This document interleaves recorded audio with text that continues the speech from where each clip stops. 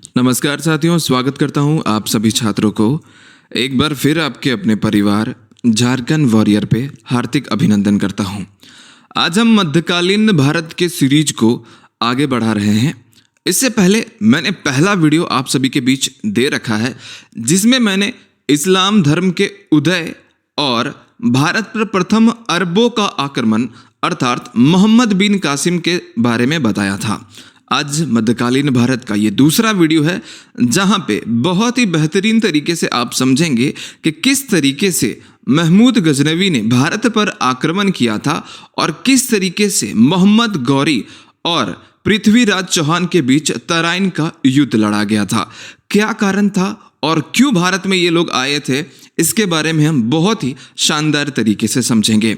तो आपको मैं बता दूं इस वीडियो को स्टार्ट करने से पहले कि अगर आप जेपीएससी की प्रिपरेशन कर रहे हैं तो मैं आपको बता देना चाहता हूं कि झारखंड के सभी जिले में झारखंड वॉरियर का सुमित प्रकाशन का किताब 10 सेट्स जेपीएससी के लिए उपलब्ध करा दिए गए हैं, जहां पर पेपर 1 की 10 सेट और पेपर 2 जो कि झारखंड समान ज्ञान है उसका 10 सेट पूरे ऑल ओवर झारखंड में आपको ये पुस्तक उपलब्ध करा दिया गया है। इस पुस्तक की विशेषता मैं बता दूं कि प्रत्येक सेट का कंप्लीट विश्लेषण दिया गया है जिसके आधार पर आप अच्छी नॉलेज भी प्राप्त कर सकते हैं और अपनी परीक्षा की जांच भी कर सकते हैं। आप अपनी नज़दीकी किताब दुकान पर जाकर के आप इस पुस्तक को प्राप्त कर सकते हैं। प्राइस बहुत ही मिनिमम है। तो चलिए शुरुआत करते हैं आज का सेशन, जहां पर मध्यकालीन भारत के एक और कड़ी को हम आगे बढ़ा रहे हैं।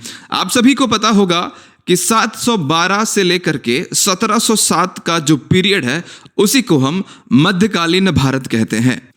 और इसी 1000 पीरियड में हम पढ़ेंगे भारत में मुस्लिम शासन के विषय में हम जानेंगे। और आप सभी को पता है कि जो मोहम्मद बिन कासिम ने भारत पर आक्रमण किया था वो अरब के द्वारा हुआ था, लेकिन आज हम पढ़ेंगे तुर्क आक्रमण, भारत पे तुर्क आक्रमण, जिसमें से पहले नंबर पे है वो है हमारे महमूद गजनवी के विषय में। महमूद गजनवी का जो टाइम पीरियड था वो 1000 से लेकर के 1027 ईस्वी तक का था। टर्किस्तान जो कि वर्तमान के अफगानिस्तान में एक स्थान हुआ करता था जिसका नाम है गजनी, और गजनी में गजनी वंश चला करता था जिसको यामिनी वंश भी कहा जाता है। और इस वंश के जो संस्थापक थे, जो फाउंडर थे, वो थे अलप्तगीन, और अलप्तगीन के ही गुलाम थे सुबुक्तगीन, और सुबुक्तगीन के बेटे थे महमूद गजनवी। चूंकि मैं आपको बताना चाहूँगा जो फाउंडर थे अलप्तगीन उसका कोई भी उत्तराधिकारी नहीं था, कोई भी उसका बेटा नहीं था, इसीलिए उनके मृत्यु के बाद सुबुक्तगीन गजनी डायनेस्टी के उत्तराधिकारी बने। और मैं आपको बताना चाहूँगा कि जब सुबुक्तगीन उत्तराधिकारी बने गजनी वंश के, उस समय जो भारत की स्थिति थी उसके बारे में मैं आपको बता दूं कि भारत में जो प्रवेश करने का जो रास्ता था वो था सिंध, और सिंध के ही सीमा पर जो सबसे पहला आता था वो आता था पेशावर। पेशावर के जो राजा थे वो थे जयपाल, और जयपाल जो थे वो हिंदू शाही वंश के थे। मैंने आपसे कहा कि भारत में जो प्रवेश करने का रास्ता था वो था सिंध, और सिंध के ही सीमा पर एक स्थान था पेशावर, और पेशावर के जो राजा थे वो थे जयपाल, और जयपाल हिंदू शाही डायनेस्टी के थे। ये जो सुबुक्तगीन था वो बार बार प्रवेश करने की कोशिश कर रहा था, बार बार पेशावर पर आक्रमण करता था, लेकिन वो विफल रहा। एक बार क्या हुआ, 997-98 में ये जब भारत पर आना चाहा, ये प्रवेश करना चाहा पेशावर के तरफ से, उस वक्त जयपाल के सेना और जयपाल के द्वारा इसकी मृत्यु कर दी गई। जो महमूद गजनवी के पिताश्री थे सुबुक्तगीन, उसकी मृत्यु कर दी गई 997 से 998 के बाद। और इसी के साथ जो गजनी वंश के सिंहासन पर बैठा उसका नाम था महमूद गजनवी। उनकी मृत्यु के बाद, उनके पिता के मृत्यु के बाद जब महमूद गजनवी उस वंश के उत्तराधिकारी बना तो ये कसम खाई कि भारत में वो प्रत्येक वर्ष आक्रमण करेगा। और इसी के साथ शुरू होता है भारत में महमूद गजनवी का आक्रमण, जिसमें से मैं आपको बता दूं कि महमूद गजनवी ने कुल 17 बार भारत में आक्रमण किए थे। पहला बार जो आक्रमण इसने किया था वो 1000 ईस्वी में किया था। पेशावर के शासक जो कि जयपाल पर किया था। लेकिन ये जो पहला आक्रमण हुआ था उसका कोई भी परिणाम नहीं निकला, कोई भी नतीजा नहीं निकला। उसके अगले ही वर्ष यानी कि 1001 ईस्वी में फिर से महमूद गजनवी ने जयपाल पर आक्रमण किया, पेशावर पर आक्रमण किया, लेकिन इस बार वो जयपाल को हरा दिया। इस युद्ध का जो खास बात यह था कि महमूद गजनवी ने उसको हरा तो जरूर दिया, लेकिन जयपाल को हत्या नहीं की। जयपाल की जो हत्या है उन्होंने नहीं की, उस पर सिर्फ मजाक उड़ा करके, उस पर व्यंग करके छोड़ दिया। और इसी चीज को जयपाल ने बर्दाश्त नहीं कर पाया। जो महमूद गजनवी ने उसका मजाक बनाया, उसकी हत्या नहीं की, इसी चीज को उसने बर्दाश्त नहीं कर पाया और जो जयपाल था वो आग में कूद करके अपना जान दे दिया। और इस प्रकार से जो महमूद गजनवी के पिता का जो बदला था उसने पूरा किया। लेकिन जो कसम खाई थी कि प्रत्येक वर्ष भारत में जो आक्रमण करेगा वो अभी पूरा नहीं हुआ था। इसीलिए उसने जिहाद का नारा दिया। जिहाद का इसने नारा दिया, अ क्रूसेड इज नोन एज जिहाद। धर्म युद्ध को ही जिहाद कहा जाता है। और महमूद गजनवी का जो उद्देश्य था भारत में आक्रमण करने का वो था धन लूटना, सोना लूटना तथा मूर्ति पूजा को समाप्त करना। अब जब मूर्ति पूजा को समाप्त करना इसका मुख्य उद्देश्य था, तो इसी को पूरा करने के लिए इसने जो अपना टारगेट सेट किया, इसने जो अपना लक्ष्य निर्धारित किया, वो मंदिरों को अपना टारगेट बनाया। और इसने 1006 ईस्वी में हिमाचल प्रदेश के नगरकोट टेम्पल पर आक्रमण किया। मैं आपको बताना चाहूंगा, अगला जो आक्रमण इसने किया वो 1008 ईस्वी में किया, जहां पर इसने जयपाल के बेटे आनंदपाल को पराजित किया।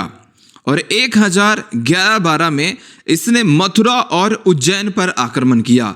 ये जो महत्वपूर्ण आक्रमण दिए गए हैं वो मैं आपको बता रहा हूं, जो कि परीक्षा में बार बार पूछता है। अगला जो आक्रमण है 1014 में स्थानेश्वर महादेव मंदिर पर इसने आक्रमण किया, जहां पर लॉर्ड कृष्णा की मूर्ति को खंडित करवाया। और ये जो भगवान कृष्ण की जो मूर्ति थी वो चक्र स्वामिनी कहलाती थी। और महमूद गजनवी का जो सबसे प्रसिद्ध आक्रमण रहा है वो रहा है इसका 16वां आक्रमण। जी हाँ, महमूद गजनवी का 16वां आक्रमण सोमनाथ मंदिर जो कि गुजरात में है इस पर किया।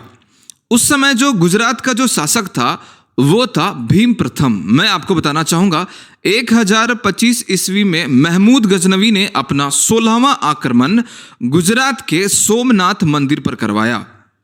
और वहां का जो शासक था, गुजरात का जो शासक था वो था भीम प्रथम, जो कि चालुक्य वंश का शासक था।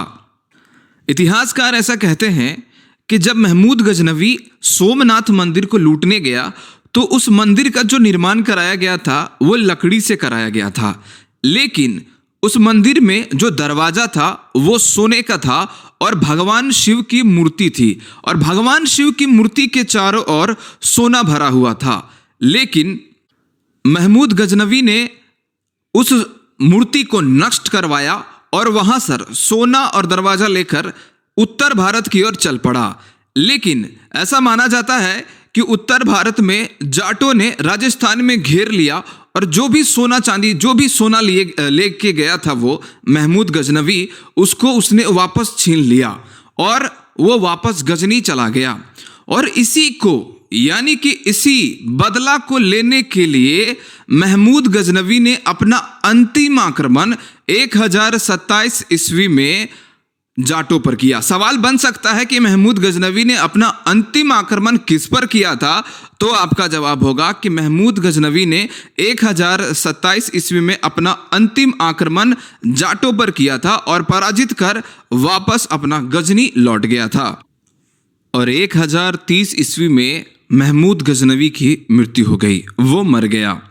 अब यहाँ से सवाल जो बहुत ही ज़्यादा महत्वपूर्ण बनते हैं वो ये बनते हैं कि इसके समकालीन जो लेखक हैं और उनके कुछ महत्वपूर्ण पुस्तकें वो हमेशा परीक्षा में पूछ लिया जाता है। तो आइए समझते हैं। जो इसके समकालीन जो लेखक थे, इसके साथ भारत भी आए थे, उसमें से पहला जो लिखा है मैंने वो अल-बिरूनी मैंने लिखा है। अल-बिरूनी ने किताब उल हिंद की रचना की थी। दूसरा जो दरबारी लेखक था वो था फिरदौसी, और इसने जो बुक लिखी थी वो लिखी थी शहनामा। उतबी जो कि चचनामा को फारसी भाषा में अनुवाद किया था, और वहाकी जो था वो तारीख़-ए-सुबुक्तगीन पर लिखा था, इसका जीवनी लिखा था। महमूद गजनवी एक ऐसा मुस्लिम था, ऐसा प्रथम मुस्लिम था जिसने गाजी और सुल्तान की उपाधि प्राप्त की थी। वो खुद सुल्तान और गाजी की उपाधि जो है प्राप्त की थी। गाजी का अर्थ होता था काफिरों का नाश, यानी कि जो गैर मुसलमान हैं उसका नाश, और ये सवाल परीक्षा में अक्सर पूछे जाते हैं। चलिए अब आगे हम बढ़ते हैं, जहां पर मोहम्मद गौरी के विषय में जानेंगे। अभी तक हमने महमूद गजनवी के विषय में जाना कि कौन था, क्यों आया था भारत, और क्या उद्देश्य था, और किस तरीके से इसकी मृत्यु हुई। अब हम बढ़ते हैं महमूद गौरी के बारे में, मोहम्मद गौरी के विषय में आगे बढ़ते हैं। मैं आपको बताना चाहूँगा कि जिस स्थान से महमूद गजनवी था उसी स्थान से मोहम्मद गौरी भी था। जी हाँ, वो भी गजनी से था, और गजनी में एक गौर वंश था, उसी वंश से था मोहम्मद गौरी, और इसीलिए मोहम्मद को गौरी भी कहा जाता था क्योंकि ये गौर वंश से था। महमूद गजनवी का जो भारत में आक्रमण करने का जो उद्देश्य था वो था सोना का लूटपाट करना, यहाँ से धन अर्जित करना। लेकिन मोहम्मद गौरी को ये था कि वो यहाँ पर अपना साम्राज्य स्थापना करने के उद्देश्य से भारत पर आक्रमण करने का सोच रहा था। चूंकि मोहम्मद गौरी को ये बात पता था कि इससे पहले भी गजनवी नामक कोई व्यक्ति आया था यहाँ पर, जिसने भारत में गुजरात पर आक्रमण किया था, और कई बार इसने भारत पर आक्रमण किया था। और मोहम्मद गौरी ने अपना जो पहला आक्रमण है वो मुल्तान के करमाई जाति के मुसलमानों पर आक्रमण कर दिया। जी हाँ, मुल्तान जो कि वर्तमान में अभी पाकिस्तान में है। मोहम्मद गौरी ने अपना पहला आक्रमण यहीं पर किया 1175 ईस्वी में मुल्तान पर, करमाई जाति के मुसलमान पर, और यहाँ से उसने लूटपाट करके वापस लौट गया। मुल्तान पर आक्रमण करने के बाद मोहम्मद गौरी ने अपना जो अगला आक्रमण 1178 में गुजरात में किया। मैं आपको बताना चाहूँगा कि 1178 में गुजरात में जब वो सोमनाथ मंदिर के तरफ बढ़ा तब वहाँ का जो शासक था भीम द्वितीय भी एक्चुअली में वो चालुक्य वंश से था। तब जब मोहम्मद गौरी ने ये सोचा कि सोमनाथ मंदिर पर हम आक्रमण करेंगे, वहाँ से लूटेंगे, तब भीम द्वितीय ने उसे रोका और उसे खदेड़ करके माउंट आबू जो कि राजस्थान में है वहाँ पर पराजित कर दिया। तो सवाल ये परीक्षा में बनता है कि बताइए कि मोहम्मद गौरी को पहला भारतीय कौन था जिसने पराजित किया था? तो भीम द्वितीय ने मोहम्मद गौरी को पराजित किया था। और इतिहासकार ऐसा कहते हैं कि भीम द्वितीय के माँ के कहने पर भीम द्वितीय ने मोहम्मद गौरी को छोड़ दिया और मोहम्मद गौरी वहां से भाग निकला, और मोहम्मद गौरी भाग निकला उत्तर भारत की तरफ। और अगले ही वर्ष यानी कि 1179 ईस्वी में मोहम्मद गौरी ने सिंध और कश्मीर पर अपना अधिकार प्राप्त कर लिया। मैं आपको बताना चाहूँगा कि नॉर्थ इंडिया में यानी कि उत्तर भारत में दिल्ली, अजमेर और सांभर में एक वंश चल रहा करता था जिसका नाम था चौहान वंश, और इसका जो अधिकार था, उत्तराधिकारी जो था चौहान वंश का जो था वो था राजा पृथ्वीराज चौहान। जी हाँ, और पृथ्वीराज चौहान के जो दरबारी लेखक थे वो थे चंद्रभद्राई। मैंने आपको बताया कि उत्तर भारत में दिल्ली, अजमेर और सांभर यहाँ पर एक वंश राज कर रहा था, और उस वंश का नाम था चौहान वंश। चौहान वंश में मैंने आपको बताया अजमेर इसकी राजधानी थी, और इसके जो शासक थे, जो राजा थे, वो थे पृथ्वीराज चौहान। मैं आपको बताना चाहूँगा कि पृथ्वीराज चौहान को राय पिथौरा भी कहा जाता है, और इनके जो परम मित्र थे, जो लेखक थे चंद्रभद्राई, इन्होंने एक पुस्तक लिखी थी पृथ्वीराज रासो, और पृथ्वीराज रासो महाकाव्य से ही हमें पता चलता है मोहम्मद गौरी और पृथ्वीराज चौहान के बीच के मुठभेड़ों के विषय में। चंद्रभद्राई ऐसा बताता है पृथ्वीराज रासो में कि मोहम्मद गौरी बहुत ही बार पृथ्वीराज चौहान पर आक्रमण किया, लेकिन वो असफल रहा और हर बार वो माफ़ी मांग लिया करता था।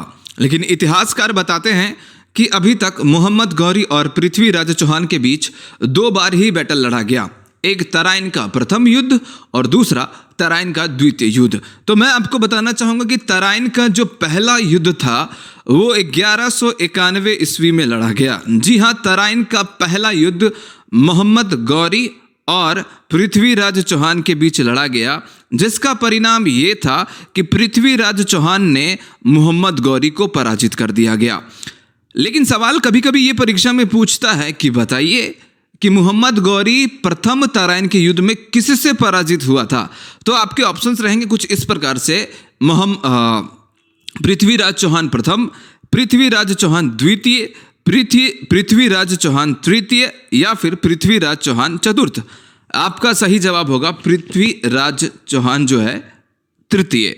याद रखिएगा, पृथ्वीराज चौहान तृतीय। जी हाँ, अब होता क्या है आगे कहानी देखिए। 1191 में तराइन का पहला युद्ध भी हो गया। अब बारी आती है द्वितीय युद्ध की, लेकिन उससे पहले कुछ हुआ है, इसको जान लेते हैं। उसके बाद इस युद्ध के बाद मोहम्मद गौरी वापस चला गया और इधर पृथ्वीराज चौहान प्रेम प्रसंग में बिजी हो गया, व्यस्त हो गया। जी हाँ, कन्नौज उत्तर प्रदेश में एक गढ़वाल वंश चला करते थी, जहाँ का जो रूलर था वो था जयचंद और इसी की बेटी थी वो थी संयोगिता, और इसी से पृथ्वीराज चौहान प्रेम किया करता था। एक बार जयचंद ने अपनी बेटी संयोगिता का स्वयंवर आयोजित कराया, जिसमें और इसी भरे स्वयंवर से ही पृथ्वीराज चौहान ने उसकी बेटी संयोगिता को अगवा करके ले गया। इससे बहुत ही ज़्यादा नाराज हो गया जयचंद और बहुत ही ज़्यादा गुस्सा हो गया, और इसी बात से नाराज होकर के जयचंद ने ये कसम खाई बदला लेने के लिए पृथ्वीराज चौहान से। लेकिन वहीं दूसरी तरफ मोहम्मद गौरी अपना युद्ध का तैयारी शुरू कर रहा था बहुत ही जोरों से, और इसी बीच 1192 ईस्वी में भारत का जो सबसे प्रसिद्ध युद्ध था वो लड़ा गया, तराइन का दूसरा युद्ध।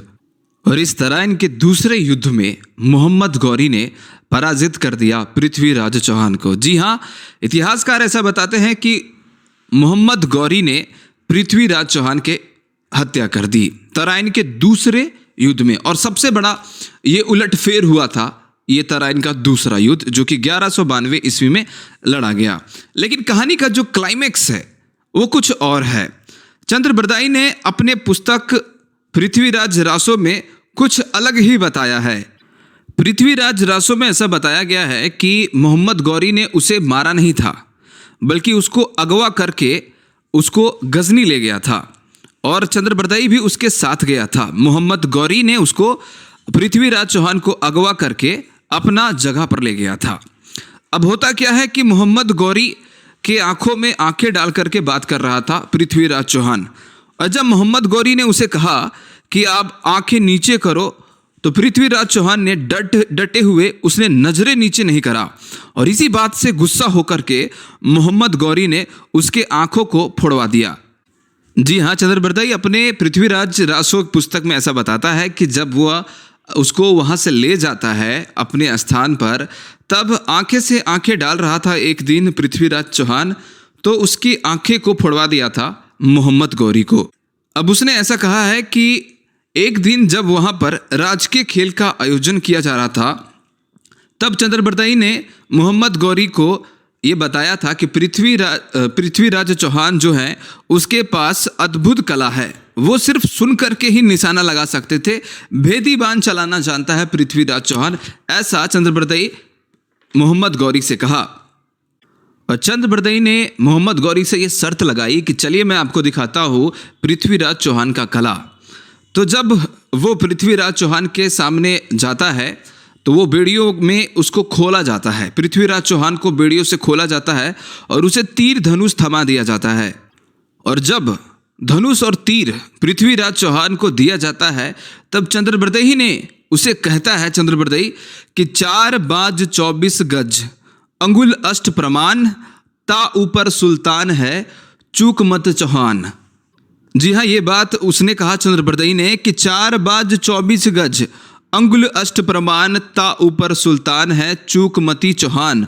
और उसने तीर चला देता है पृथ्वीराज चौहान, और सीधा तीर जाकर के मोहम्मद गौरी को लगता है और उसकी मृत्यु हो जाती है।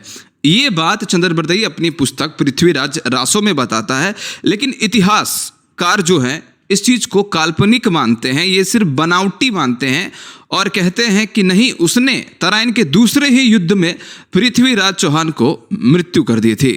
और इस प्रकार से शुरुआत होता है भारत में मुस्लिम शासन। जी हाँ, जिस वक्त तराइन का दूसरा युद्ध लड़ा गया था, जिस वक्त उसी के सेना में, मोहम्मद गौरी के सेना में एक सूफी संत आए थे, ख्वाजा मुइनुद्दीन चिश्ती। जी हाँ, इन्होंने ही यहाँ पर भारत में सूफी मत का प्रचार किया और इसने अजमेर में अपनी कुटिया बनाई और इनकी मृत्यु भी अजमेर में ही हो गई।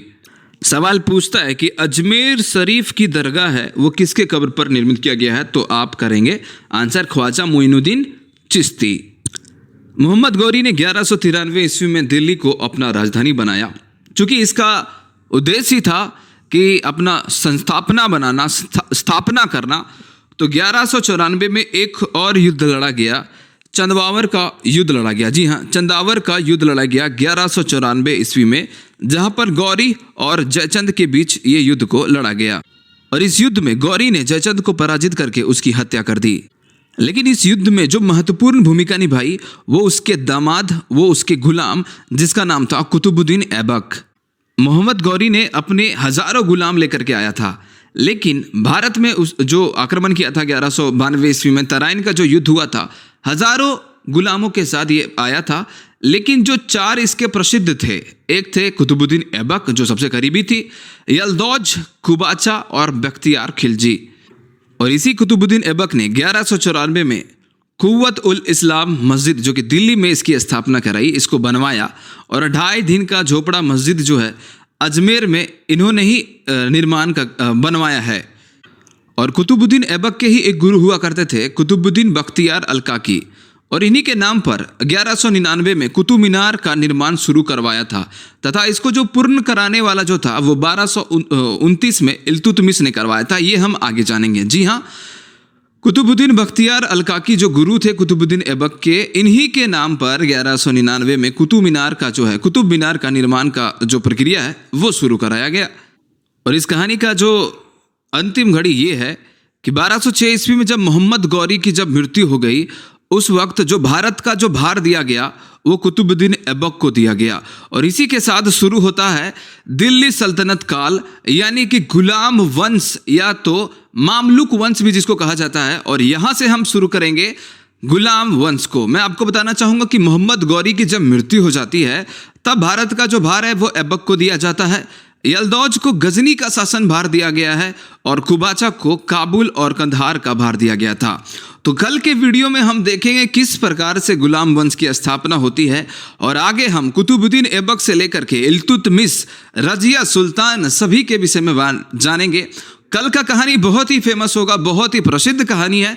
तो कल के इस कहानी से, कल के एपिसोड में आप जरूर भाग लीजिएगा। अगर ये वीडियो पसंद आया होगा तो प्लीज़ करके लाइक कीजिएगा, चैनल पे नए हैं तो चैनल को सब्सक्राइब कीजिएगा, और वीडियो पसंद आया होगा तो कमेंट बॉक्स आपका इंतजार कर रहा है, एक कमेंट कर दीजिएगा ताकि हम और भी मोटिवेशन के साथ अगला वीडियो आप सभी के बीच लेके आएंगे।